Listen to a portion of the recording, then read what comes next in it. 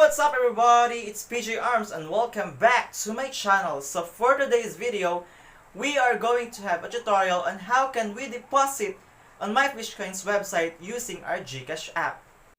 So marami yung nagre-request at nagtatanong kung paano nga ba mag-deposit sa MyFishcoins website gamit ang ating Gcash. So kung wala pa kayong idea kung ano nga ba ang MyFishcoins website, pumunta lang kayo sa channel ko at panoorin yung video regarding this website and how can we earn from it.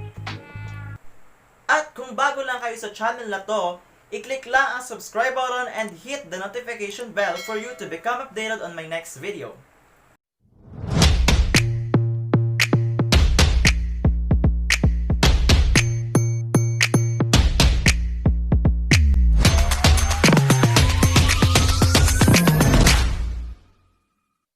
First, kailangan nating pumunta sa Google Chrome.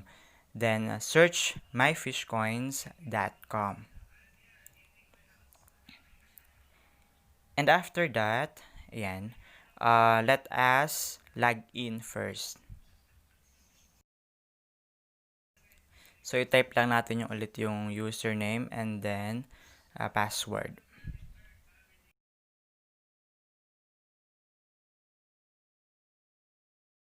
Kapag nakapag-login na kayo, ayan, punta naman tayo sa deposit.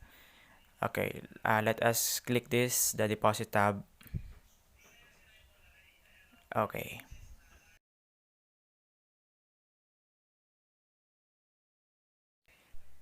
Next, click this tab. Okay. So may makikita kayo ditong Perfect Money, YouTube Super Chat, promo codes, and Gcash. So, i-click natin itong Gcash.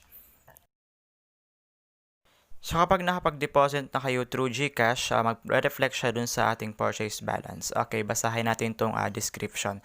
Send amount to Gcash 0917-318-5020.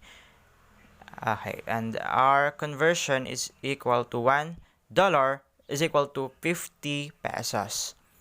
And then deposit will reflect in our purchase balance within 24 hours.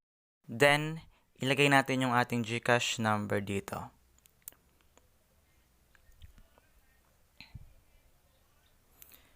Kaya akin na 09. And then may makikita kayo ditong reference number at saka amount. Okay, so kukuha natin yung reference number. So, i-copy natin itong number na to, 0917-318-5020. And then, punta tayo sa ating Gcash app and click Express Send. So, i-paste natin yung number na nandun sa myfishcoins.com.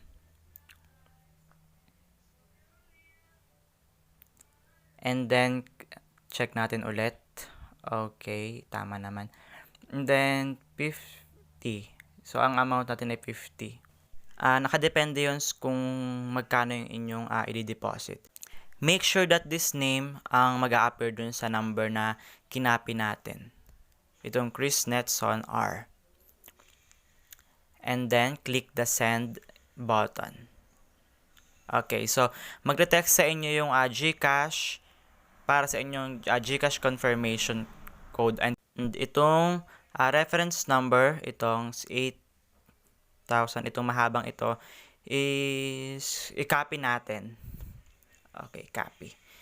At ilagay natin dito sa ating reference number dun sa myfishcoins.com. Yun ang ating ilalagay na reference number dito. So, di ba ang conversion ay 50 pesos is equal to $1. So, ang dineposit natin kanina ay 50 pesos. So, ang ilalagay natin dito ay $1. And then, click the deposit button.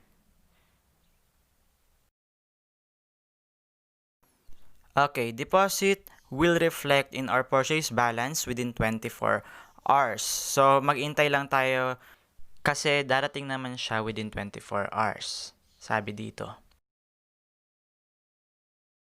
And that's it, the tutorial of how can we deposit through Gcash in our website, myfishcoins.com.